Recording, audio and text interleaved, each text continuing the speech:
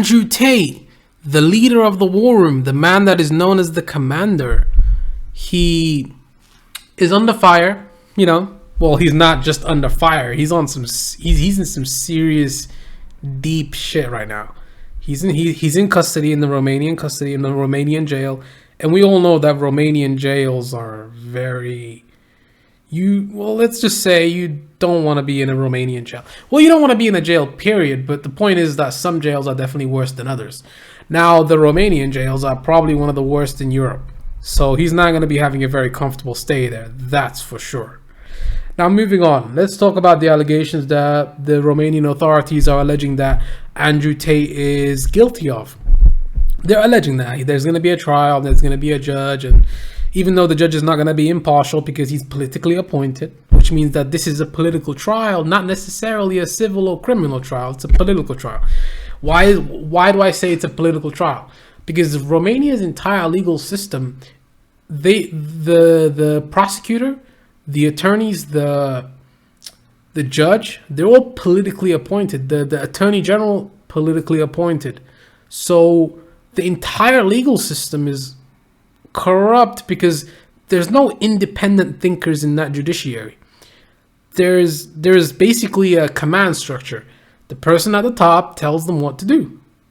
I mean, obviously a lot of people are going to say, oh, that's the same with every other country. There's a command structure.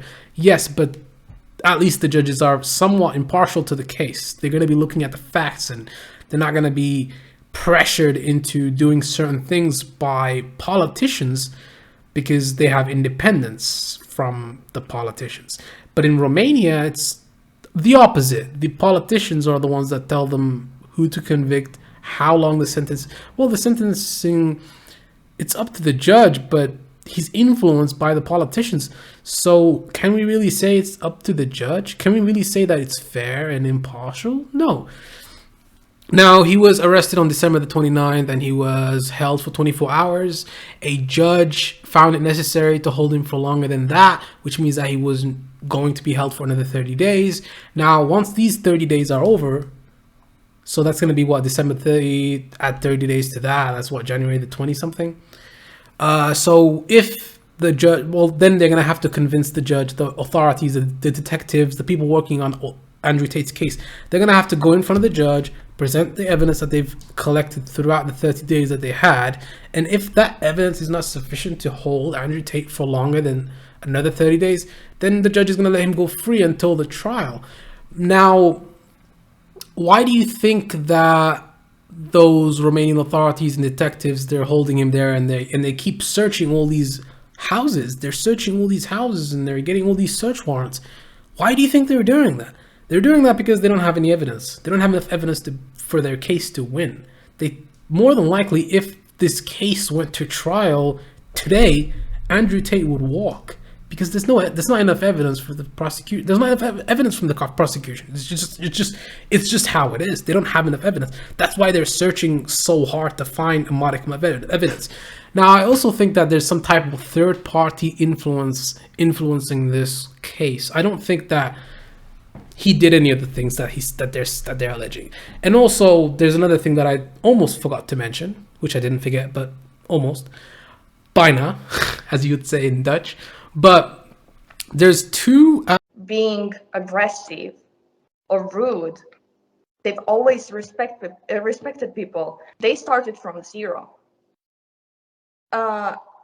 They lived in a shelter with their mom. And they had no food, they had no money. Ai fost amenințată? Nu, n-am fost niciodată. Dacă eram amenințată, automat nu mai eram idiotă să stau în casa asta. Spuneau că fetele care veneau la ei acasă erau intimidate de securitate cu arme. Eu pot spun că niciodată cei de la securitate n-au intimidat pe nimeni, nu au arme la vedere, nu sunt puși acolo să intimideze fete sau să întâmple alte lucruri. But it's written Tate. Yeah, it is. Why? I have lots of tattoos, different ones. The Harry Potter tattoo, the moon and the sun. Am pe mâna stângă tatuajul ăsta care scrie Tate Girl, pe care l-am făcut din respect pentru ei. Are you Tate's property? I'm no one's property. Suntem prieteni buni de 2 ani de zile, cam așa, poți să mă treci pe mine ca și victimă dacă eu n-am spus. Out of the 6 women that the Romanian authorities alleged that were raped by Andrew or trafficked, allegedly, that they came out and said that they were not victims. They were not victims, that they were co-conspirators, that they were working with Andrew Tate and they knew exactly what happened. They knew everything. They weren't tricked. This wasn't a trick. They knew exactly what they were getting into. They got paid. There was a structure. It was fair. They weren't exploited as the media would like to make you think. And obviously the media is doing this for clicks and views. They don't really care about the truth. That's reality. I mean, the truth, the objective truth doesn't really matter. All that matters is the clicks, right? So they're going to spin the narrative however they want so that you can get the most clicks and money. But also, they don't want him to gain too much power. Andrew Tate's gaining a lot of power right now. Like, he's big on social media, probably the most famous person on the planet. Maybe, could be, you know. But he's probably one of the most famous people on the planet. He's worth $700 million. He's got a lot going for him. So, but when you make all these videos saying that you are a gangster, you can just pay off anyone that you want in Romania, that you can do whatever you want in Romania and no one's going to care and you're not going to be arrested. If you say that publicly, it's definitely going to piss some people off, and you know, it's not looking good for Andrew right now. Even if he's innocent, which he probably is. This is a witch hunt, man. Like, a witch hunt never ends well. It never ends well. I'm telling you, man. Speaker, the Times recently reported that schools across the UK are in crisis as the effects of online influencer Andrew Tate's vile misogyny infiltrates our classrooms and society. Teachers are now having to develop their own resources to re-educate boys who are being brainwashed online by his deeply toxic messaging. The Prime Minister has been too slow to recognise this damage this is causing. What has he done? What is his government doing to tackle this misogyny, this incel culture and the radicalisation of young men in this country? And will he commit to giving teachers the resources that they need to address this problem head on?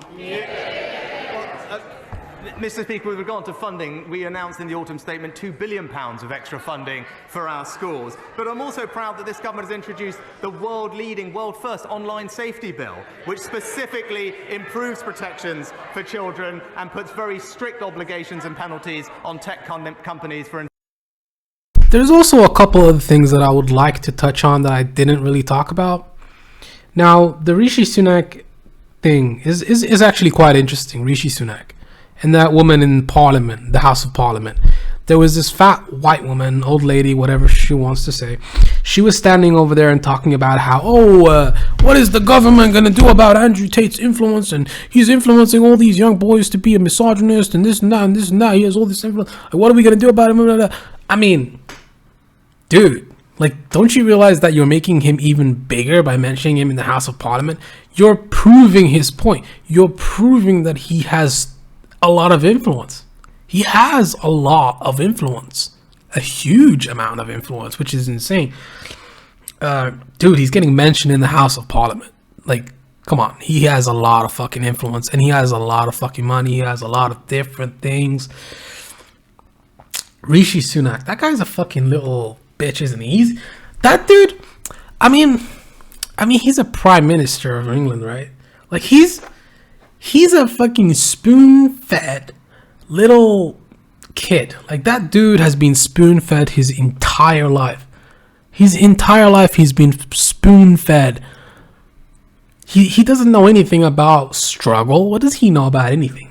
He's just sitting there in his chair. Well, he's a prime minister. He's obviously going to be, he's obviously going to have money and stuff like that. But anyways, that's not the point. But anyways, like, who knows? Rishi might even get sacked in like a couple months. Like, everyone's being sacked from the fucking British prime minister.